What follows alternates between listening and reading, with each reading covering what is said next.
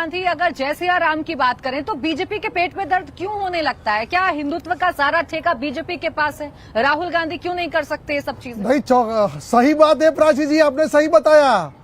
राहुल जी कर सकते हैं, क्यों नहीं कर सकते, लेकिन चुनाव आते ही क्यों करते हैं, वही सवाल पैदा होता है। सवाल इसीलिए पैदा होता है, जैसे आपने बताया कि भाई पहले जब राम का अस्तित्व है कि नहीं, उसमें एक सवाल खड़ा किया था कांग्रेस ने, एफिडेविट किया था, और वही कांग्रेस को राम का अस्तित्व, राम मंदिर की बात में विरोध करने का बात याद आई। लेकिन जब राम की बात आती है तो गुजरात में आते हैं तो ये राम में नहीं मानने वाले लोग अब रावण को भी मानने लगे हैं। अरे भाई, रावण की तुलना किसके साथ करते हैं? हमारे मोदी साहब के साथ करते हैं। अरे जिसने 80 करोड़ लोगों को ये कोरोना के काल में राशन दिया, क्या वो रावण हो सकता है?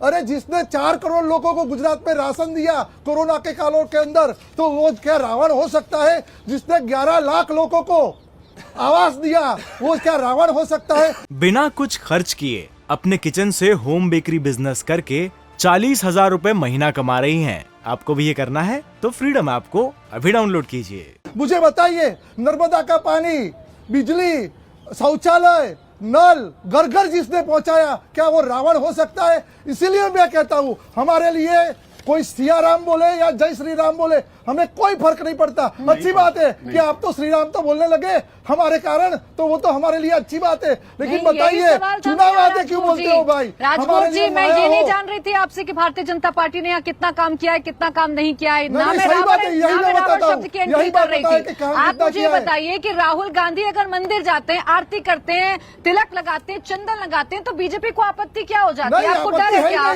कि आपकी जो हिंदुत्व वाला एजेंडा है उस पर कांग्रेस भी चलने लग जाएगी? प्राची जी, मैं बताता हूँ, हमें कोई आपत्ति नहीं, हम तो खुश हो रहे हैं। कम से कम वो लोग तो अब जय श्री राम या सिया राम बोलने लगे।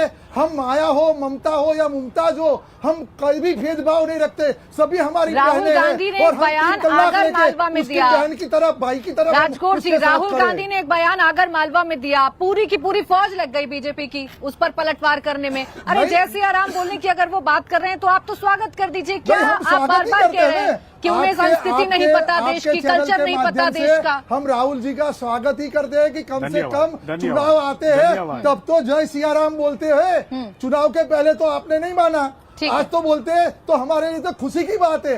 और गुजरात ने तो वही रास्ता दिखाया है, नया दौर दिखाया है कि भाई आप अभी हिंदुत्व की बात करने लगे हैं, तो अभी तक तो कांग्रेस ने कभी हिंदुत्व की बात नहीं किया। यही पैरामीटर सर, यही मशीन मुझे जाननी है कि कौन सी मशीन है भारतीय जनता पार्टी के पास जिससे आप ये माप लेते हैं कि असली हिंदू है, ये नकली हिंदू है। खैर एजाज खान जी, यहाँ बात हिंदुत्व को लेकर हो रही है। आरोप यही है कि जब जब चुनाव नजदीक आते हैं, चूंकि अब वोटिंग कल होनी है, आज चुनाव प्रचार का जो शोर है वो थम गया है, ध्रुवीकरण का मुद्दा शुरू हो जाता है और इसमें तमाम पार्टी एक जैसी है, चाहे आपकी पार्टी हो चाहे बीजेपी की पार्टी। देखिए प्राची जी, मैं आपके आगे एक बात रखना चाहूंगा और आपके दर्शकों के आगे खास एक मैं बात रखना चाहूंगा कि चुनाव गुजरात का चल रहा है और गुजरात के चुनाव के अंदर कांग्रेस और बीजेपी सालों से यहां पे पार्टिसिपेट करती आई है। पहली बार गुजरात में ऐसा हो रहा है, एआईएमआईएम पार्टी यहां पे चुनाव में जा रही है।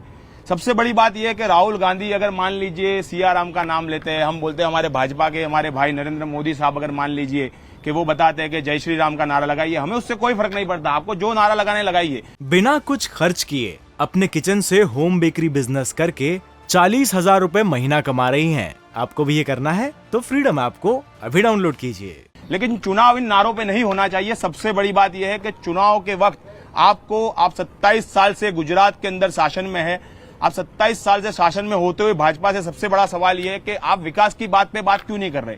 क्यों आप चुनाव आते ही आपके राहुल गांधी ने अगर कुछ बोल दिया, आपके प्रवक्ता उस पर लग गए, आपके प्रवक्ता ने नरेंद्र मोदी साहब ने कुछ बोल दिया तो वहां पे मान लीजिए कि राहुल गांधी और उनकी टीम लग जाती है। सबसे बड़ी बात यह है कि गुजरात को जब हिंदुस्तान को जब विश्व गुरु बनाने की बात नरेंद्र मोदी साहब कर रहे हैं और वो बात पे जब हम चल रहे हैं, तो क्यों ये सारी बातें हम लेके आ रहे हैं? क्यों हम ये बात नहीं करें कि एजुकेशन के हमारे हालात क्या है? अभी भाई ने बताया कि नरेंद्र मोदी साहब ने विकास के अंदर ये सारे काम किए, गुजरात के अंदर कोरोना काल में लोगों को राशन दिया। राशन आपने नहीं दिया, वो जनता का राशन था और वो जनता को मिलना था। आपने लॉकडाउन दिया था और लॉकडाउन की वजह से आपको राशन देना पड़ा। लेकिन WHO का आंकड़ा जो बता रहा है कि 47 लाख से ज्यादा लोग इसमें मृत्यु हुआ है और वो रेशियो जो 10% से ज्यादा, 10%, यानी मान लीजिए एक आदमी का जहां मृत्यु दूसरे देश में हुआ उसकी जगह पे 10 लोगों का मृत्यु हिंदुस्तान में ज्यादा हुआ है। इंडिया टीवी हर वक्त हर जगह डाउनलोड करने के लिए सर्च करें India TV news Google play store या ऐप स्टोर पर।